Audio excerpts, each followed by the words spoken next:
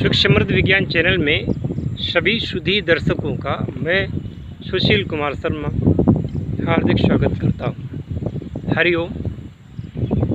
जैसा कि आप सभी लोग जानते हैं कि हमने 2 अक्टूबर सन 2020 दिन शुक्रवार को एक लघु शिविर का आयोजन किया है और इस शिविर में आप सभी को आमंत्रित करता हूं मैं। आज आखिरी दिन था पंजीकरण का, लेकिन मैं तिथि बढ़ा रहा हूं। पंजीकरण की तिथि 1 तारीख तक बढ़ा रहा हूं और लेकिन इसमें मोबाइल की सुविधा नहीं मिलेगी। पंजीकरण आप करवा सकते हैं, साधना ले सकते हैं और जो उसके साथ योजना हमारी थी कि आपको मात्र 50,000 रुपये में एक ऐसा बिजनेस प्रोवाइड करवाऊंगा जो कि आपको कम से कम 50,000 रुपया महीने तक का लाभांश दे सकता है और देगा भी। उसमें मेरी शर्त ये है कि जो भी आप सारा काम लीगली होगा, कोई भी इलीगल काम ना तो मैं पसंद करता हूँ ना करने देता हूँ किसी को। लीगल काम होगा और उसमें आपको जीएसटी वगैरह की ज़रूरत पड़ सकती है। ऑफलाइन भी काम होगा, ऑनलाइन भी आप कर सकते हैं। रुपये आपको लगाना है और ये शर्त है कि अगर मैं उसको करवाता हूँ तो आपको लाभांश में 10% का दान हमारी संस्था के लिए करना पड़ेगा। ये सुविधा आपको अभी भी मिल जाएगी। हरिओम। आगे मैं बताना चाहूँगा कि जो लोग साधना के लिए आना चाहते हैं वो सभी लोग 1 अक्टूबर की शाम तक आ जाएं।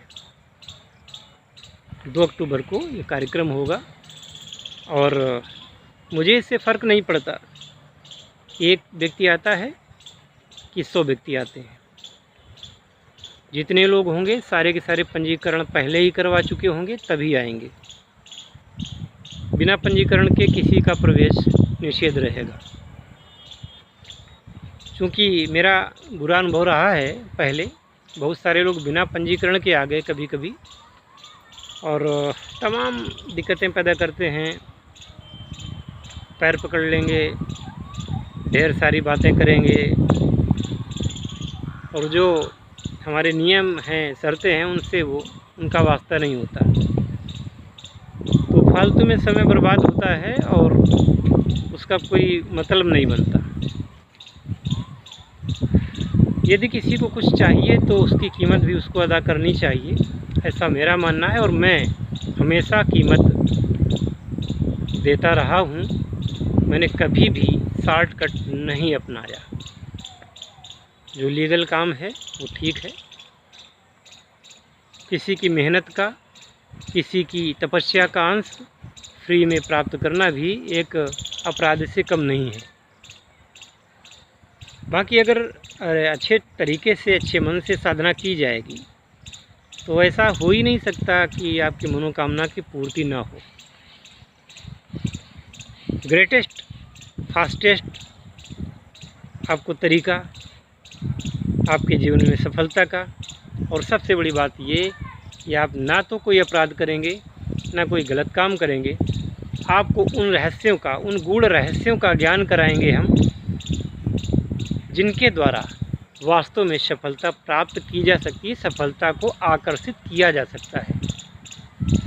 व्यक्ति जब सफलता को आकर्षित करने का गुर नहीं जानता, भटकता रहता है।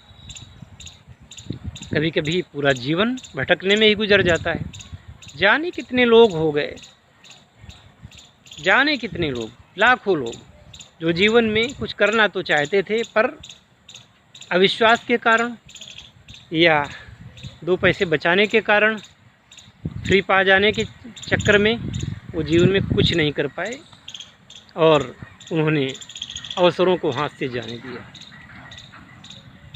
मुझे पूरा विश्वास है कि मेरे सुधी दर्शकगण अवसर को हाथ से जाने नहीं देंगे, क्योंकि अवसर दोबारा नहीं मिलता। समस्त भूमंडल में एक सर्वव्यापक शक्ति है। कोई किसी के नाम से पुकारता है, कोई किसी के नाम से पुकारता है, पर जीव मात्र में, प्राणी मात्र में यह शक्ति पाई जाती है। संसार के दूसरे जीव इस शक्ति का समुचित प्रयोग करने में असमर्थ है, परंतु जो मानव है, जिसके अंदर कुंडलिनी शक्ति निवास करती है, जिसके अंदर ज्ञान का प्रताप और प्रकाश उसको आप्लावित करता है, जिसमें सोचने समझने की शक्ति होती है, वह अपने जीवन को ऊर्ध्वगति प्रदान कर सकता है। वह अपने जीवन को न्यूनता से विशालता की ओर ले जा सकता है। वो व्यक्ति पतन की गहरी खाइयों से उठ करके उत्थान की ओर अग्रसर हो सकता है, और इसका जो ज्ञान कराता है, इसका जो स्मरण कराता है, इसकी जो विधि देता है, उसे हम गुरु के रूप में अभिहित करते हैं, उसको गुरु के रूप में स्वीकार करते हैं। गुरु का कर्तव्य होता है कि बिना भेदभाव किए, बिना किसी को किसी से छोटा बड़ा समझते हुए, उसके पास जो भी व्यक्ति आवे, वह व्यक्ति उससे संतुष्ट होकर के जाए। जो अपनी व्यथा कहने आया है, उसको वह अभय प्रदान करे। ये गुरु का कर्तव्य होता है। इसमें कोई ज्योतिषी हो, कोई वैद्य हो, डॉक्टर हो, या कोई किसी सिद्ध क्रिया को जानने वाला व्यक्ति हो, यदि वह ऐसा नहीं करता तो पाप का भागी बनता है।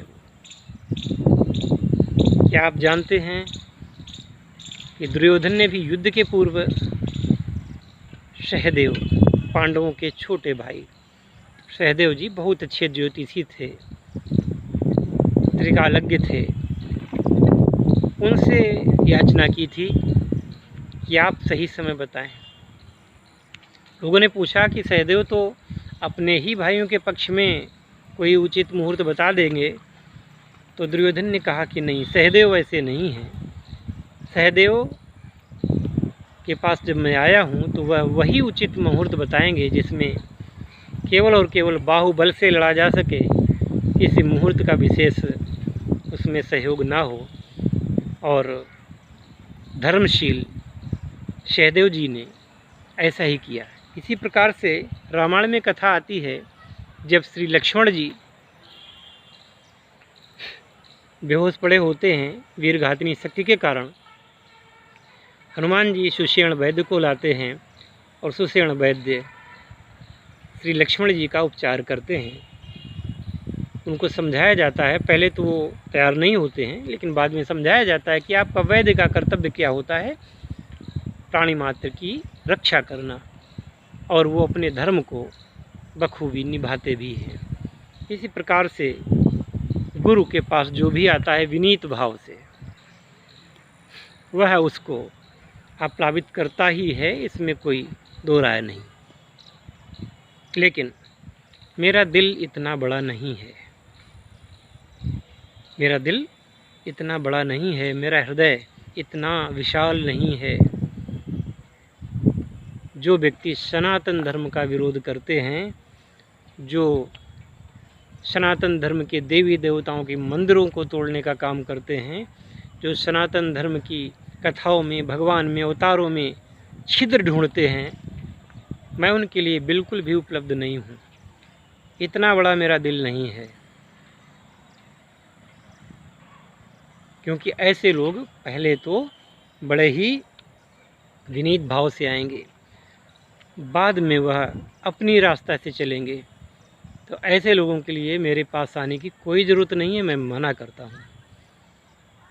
मैं अपने देश के प्रति, अपने हिंदू धर्म के प्रति, अपने सनातन धर्म के प्रति, अपनी प्राचीन परंपराओं के प्रति, अपनी प्राचीन विद्याओं के प्रति मेरा कमिटमेंट है। जो इसके विरोध में होगा, जो सनातन धर्म के विरोध में होगा, मैं उसके लिए उपलब्ध नहीं हूँ, ना ही मैं कुछ सिखाऊंगा। तो ऐसे लोग जो सनातनियों से घृणा करते हैं, जो इस देश को गुलाम बनाना चाहते हैं, जो इस देश को सनातन धर्म को नष्ट करके दूसरे तथाकथित अधर्मों को ही धर्म समझ करके यहाँ पर स्थापित करना चाहते हैं, ऐसे लोग, उनके लिए मेरे पास बिल्कुल भी जगह नहीं है, खुला बता रहा हूँ। बाकी जो आर्त भाव से आएगा, वास्तव में जो हमारे खांचे में फिट बैठेगा, उसका स्वागत करूँगा, हृदय खोल कर के स्वागत करूँगा। हरिओम। तो तैयार रहें 2 अक्टूबर को इस शिविर में भाग लेने के लिए। जो लोग उसके लिए फिट बैठते हैं वही लोग पंजीकरण कराएं, बाकी के लिए नहीं। बाकी अगर मुझे ज़रा भी ऐसा लगता है, मैंने बहुत सारे लोगों को इनकार किया है, इतना पैसे की भूख नहीं, बहुत सारे लोगों को मैंने फटकार के इनकार किया है। जिन्होंने ऐसा किया, मुझे शक हुआ, मैंने फट से, अगर मैंने पैसे किसी से पंजीकरण करवा भी लिया और बाद में अगर वो व्यक्ति हमारी धारणाओं के विपरीत आचरण करता हुआ पाया गया, तो मैं उसको दीक्षा नहीं देता हूँ, मैं उसको कुछ नहीं बताता हूँ, उसका सारा पैसा वापस कर देता हूँ। मेरा जो धर्म है, मैं उस धर्म को निभाता रहूँगा। इस राष्ट्र को, इस सनातन धर्म को